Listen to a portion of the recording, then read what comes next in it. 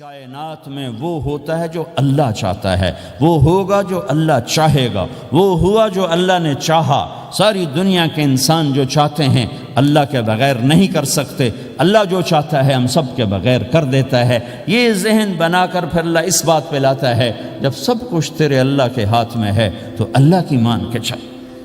کہ یہ تیرے پاس تھوڑی سی زندگی ہے، جیسے اللہ نے اس کائنات کو بنایا ہے ایسے ہی اس کائنات کو توڑنے والا ہے۔ ایک دن آئے گا،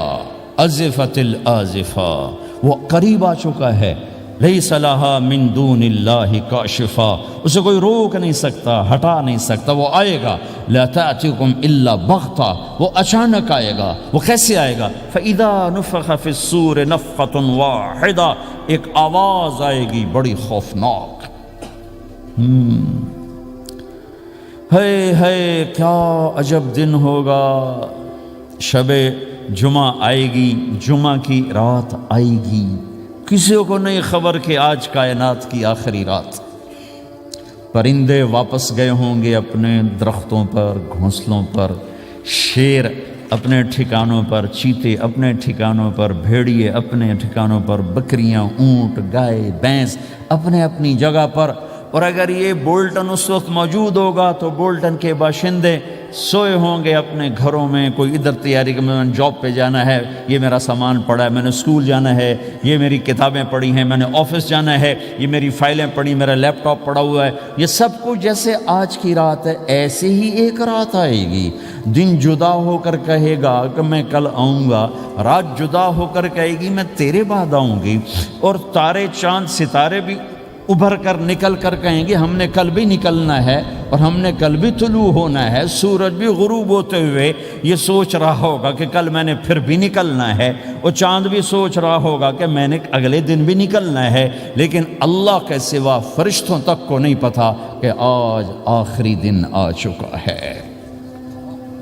اور میرے نبی نے عجب نقشہ کھینچا ہے قیامت کے دن کا۔ ہم نے کہا عورت روٹی پکا رہی ہوگی، اس کے ہاتھ میں روٹی ہوگی۔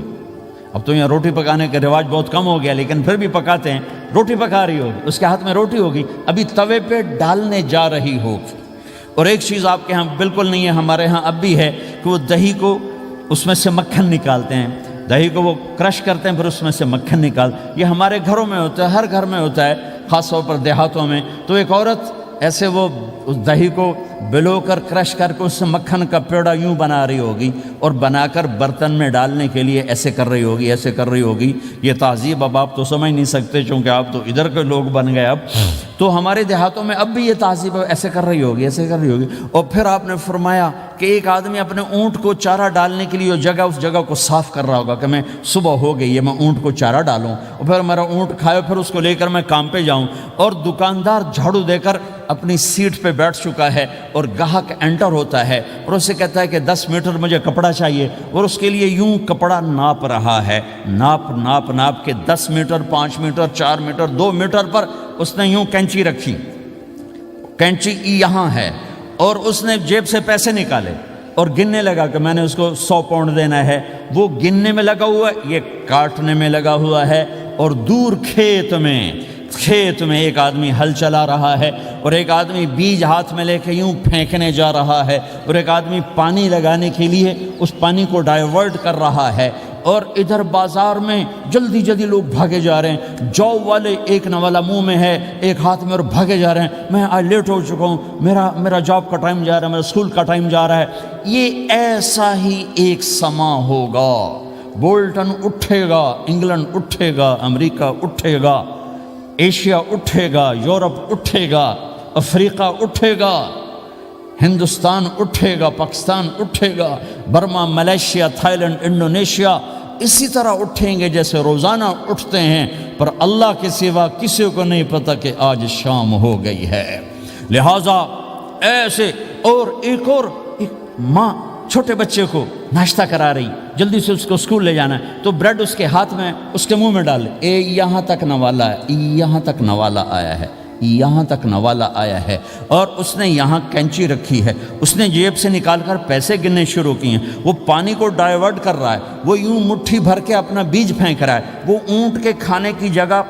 گھاس چارہ کھانے کی جگہ کو صاف کر رہا ہے، دکاندار دکان کا شٹر اٹھا رہا ہے، ایک شٹر اٹھا کے بیٹھ چکا ہے، ایک دکان کے اندر جھاڑو دے رہا ہے، صفائی کر رہا ہے، اور ایک اپنے سودے گن رہا ہے، ایک اپنے پیسے گن رہا ہے۔ بادشاہ سلامت تاج پہن کر اپنے تخت کو چلنے کے لیے روانہ ہو رہے ہیں، اور آگے پیچھے ان کے باڈی گارڈز کھڑے ہوئے ہیں، اور وہ پورا اسکواڈ کھڑا ہوا ہے، اور ادھر بازار میں کھیت میں ہر چیز میں ایک رونق ہے، چہل پہلے، چڑیاں چوں چوں کر رہی ہیں، کوے کائیں کائیں کر رہے ہیں، فاختہ اڑ کے آ رہی، کبوتر اڑ کے آ رہے ہیں، چیل اڑ کے آ رہی، شیر نکلتا ہے شکار کے لیے، چڑیاں نکلتی ہیں دھانے کے لیے، سانپ نکلتا ہے چوہے کے لیے، چوہا نکلتا ہے اپنی غذا کے لیے، بلیاں نکلتی ہیں چھیچڑے کے لیے، کتے نکلتے ہیں ہڈیوں کے لیے، انسان نکلتا ہے روٹیوں کے لیے، کہ ایک دم فَإِذَا جَاءَتِ الطَّامَّةُ الْكُبْرَى، ایک دھماکہ ہوگا،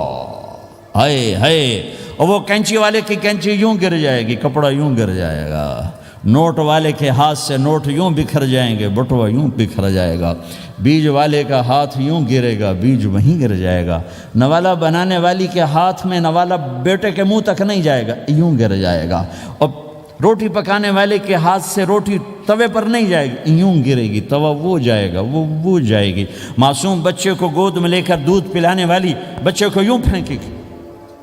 اور بھاگے گی، لیکن آج نہ بچے نے بچنا ہے، نہ ماں نے بچنا ہے، بوڑھے ماں باپ کو چھوڑ کے لوگ بھاگیں گے، بیویوں کو چھوڑ کے خامند بھاگیں گے، خامند کو چھوڑ کے بیوی بھاگے گی، دشمن کو دشمن یاد نہ رہے گا، یار کو یار یاد نہ رہے گا، اور ہندوستانی کو ہندوستان یاد نہ رہے گا، پاکستانی کو پاکستان یاد نہ رہے گا، وہ آواز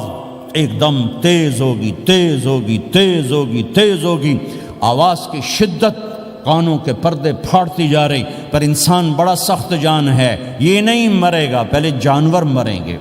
پہلے آسمان ٹوٹے گا، اذا السماء انشقت وَأَذِنَتْ لِرَبِّهَا وَحُقَّتْ وَإِذَا الْأَرْضُ مُدَّتْ وَأَلْقَتْ مَا فِيهَا وَتَخَلَّتْ وَأَذِنَتْ لِرَبِّهَا وَحُقَّتْ، وہ آسمان پھٹا،